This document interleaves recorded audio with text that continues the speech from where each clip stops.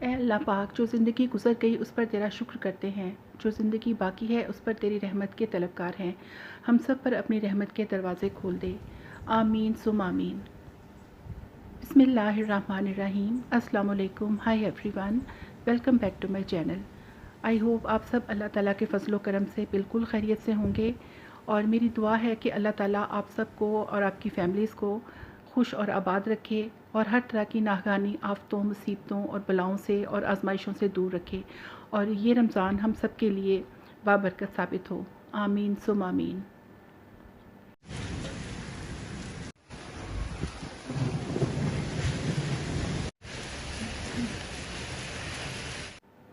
ये 4-5 दिन पहले यहाँ पे काफ़ी तेज़ बारिश हुई थी।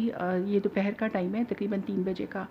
और इससे 2 दिन पहले रात के टाइम काफ़ी थंडरस्टॉर्म वगैरह था और मैंने अपनी लास्ट वीडियो में वो शेयर भी किया है।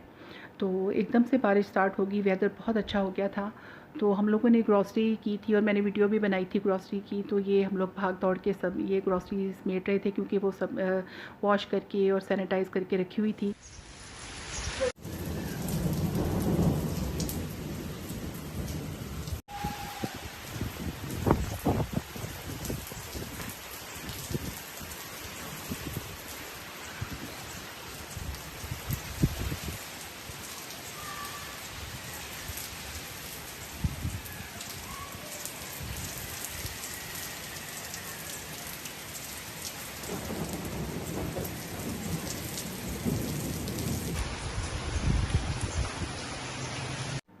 उधर सब ग्रॉसरी समेट रहे थे और मैं यहाँ पे देखने आई थी कि इस साइड पे कोई कपड़े तो नहीं लटके हुए, क्योंकि कपड़े वॉश करके इसी साइड पे लटकाते हैं और ये साइड पे बरांडा है। तो यहाँ पे जो वेट टॉवल वगैरह होते हैं वो यहाँ पे आमतौर पे लटका दिए जाते हैं।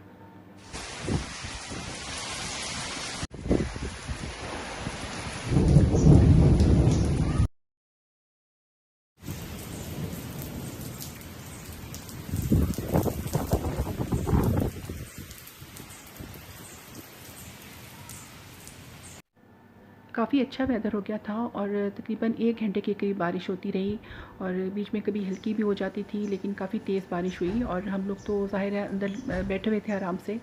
तो सुन के हम लोग बाहर आए और काफ़ी देर फिर हम लोगों ने यहाँ पे टाइम गुजारा और सभी आ गए थे बाहर। मेरे अब्बू भी आ गए, भाई भी, और हम सभी हम लोग यहाँ पे काफ़ी देर बैठे रहे, बातें करते रहे और मेरा बेटा पुरानी बातें याद करता रहा कि कैसे बारिश जब होती थी तो हम लोग नहाया करते थे और हमें भी अपना बचपन याद आ गया कि इस तरह जब गर्मियों में बारिश होती थी तो हम लोग भी थे इसी तरह, मतलब बारिश में नहाया करते थे और मेरे भाई के बच्चे भी और मेरे बच्चे भी सब मिल के यहाँ पे काफ़ी एंजॉय करते थे। तो आजकल तो बस बच्चे जो हैं वो फ़ोन ही नहीं छोड़ते। तो ये देखें, ये छोटे छोटे से ना आम गिरे हुए हैं। यहाँ पे आम का पेड़ है, एक फ्रंट पे है यहाँ पे और एक बैक पे है। तो काफ़ी आम लगते हैं, बड़े अच्छे बड़े बड़े से मज़े के होते हैं। तो मैंने ये काफ़ी वीडियोस बनाई हैं क्योंकि मेरे भाई को वो सारी रिपोर्ट्स चाहिए होती हैं कि अच्छा 2 दिन बाद कितने आम कितने बड़े हो गए, कहाँ लगे। वो मैंने सारी वीडियोस बनाई हैं, मैं शेयर करूँगी आपसे। तो ये हवा से भी गिर जाते हैं, वैसे भी गिर जाते हैं। तो आजकल तो परिंदे भी आना शुरू हो गए हैं, जिसका हमें इतनी खुशी होती है, वरना आप यकीन करें कि लॉकडाउन में तो हमें परिंदे नज़र ही नहीं आए बिल्कुल भी। और हम लोग तरस गए थे परिंदे देखने के लिए। आवाज़ें आती थी सुबह सुबह जब उठते थे तो चिड़ियों की आवाज़ें आती थी, लेकिन चिड़ियाँ नज़र नहीं आती थी, वो छोटी छोटी सी, और कौवे भी, कुछ भी नज़र नहीं आता था। जब हम लोग आए थे जनवरी के एंड में हम लोग आए थे, तब हमें कौवे वगैरह नज़र भी आते थे, चिड़ियाँ भी दिखती थी। लेकिन उसके बाद जल्दी ही ऐसा कुछ हो गया कि मतलब बिल्कुल भी हमें परिंदे, किसी किस्म का कोई परिंदा नज़र नहीं आया।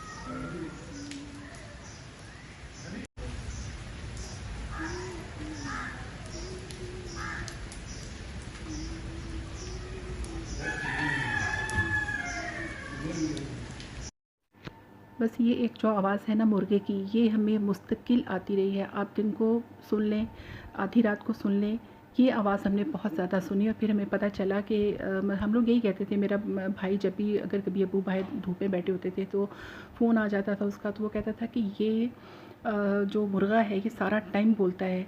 तो फिर अब्बू ने अभी थोड़े दिन पहले हमें बताया कि ये मुर्गा नहीं है, बल्कि ये जो है ये वो क्या कहते हैं, टर्की है। तो इन्होंने, हमारे जो नेबर्स हैं उनके पास 2 टर्की हैं, तो ये बोलते रहता है सारा टाइम। तो हमें फ़र्स्ट टाइम पता चला कि अच्छा टर्की की आवाज़ मुर्गे की तरह की होती है।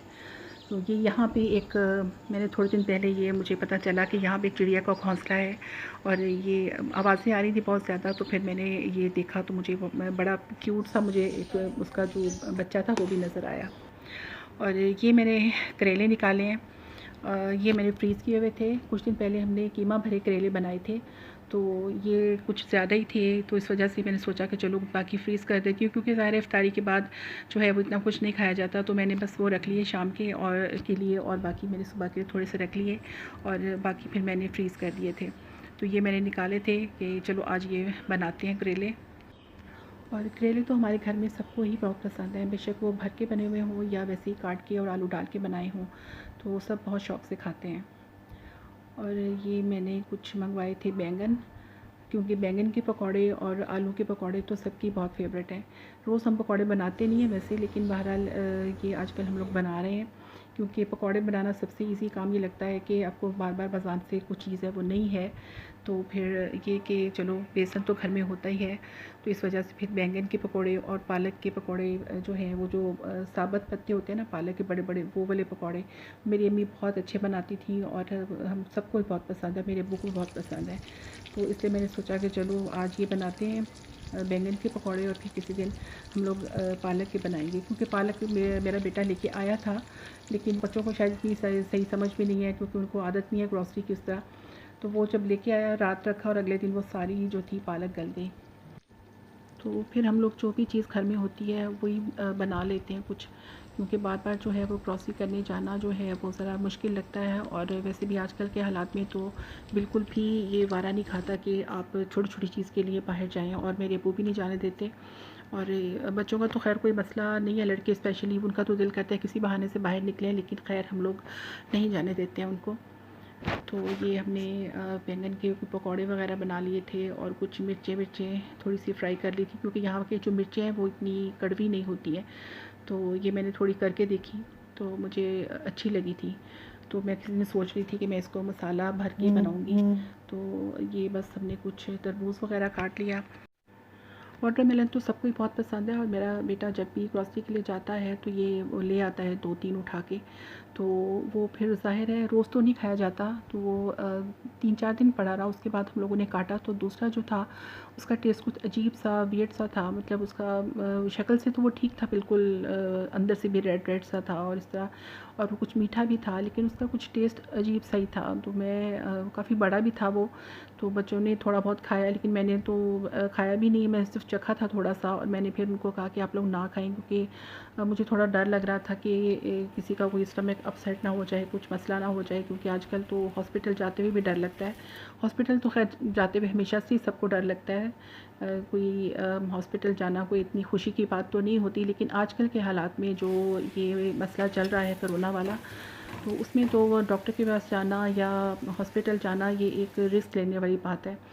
तो इसलिए अवॉइड ही करना चाहिए इस तरह की चीज़ें, और खाने पीने में भी थोड़ा एहतियात ही करनी चाहिए कि अल्लाह ना करे कुछ ऐसा ऐसा मसला ना बने। तो बस थोड़ा एहतियात बंदा कर ले, सब्र कर ले तो अच्छी बात होती है। तो इसलिए मैं इसको कह रही थी कि जो भी चीज़ लानी है आइंदा तुम बस ये एक आध ले आया करो, ज़्यादा मत लाया करो। हो सकता है पड़ा पड़ा हो गया हो, वैसे ज़्यादा दिन नहीं पड़ा रहा, थोड़े दिन 3-4 दिन ही पड़ा रहा।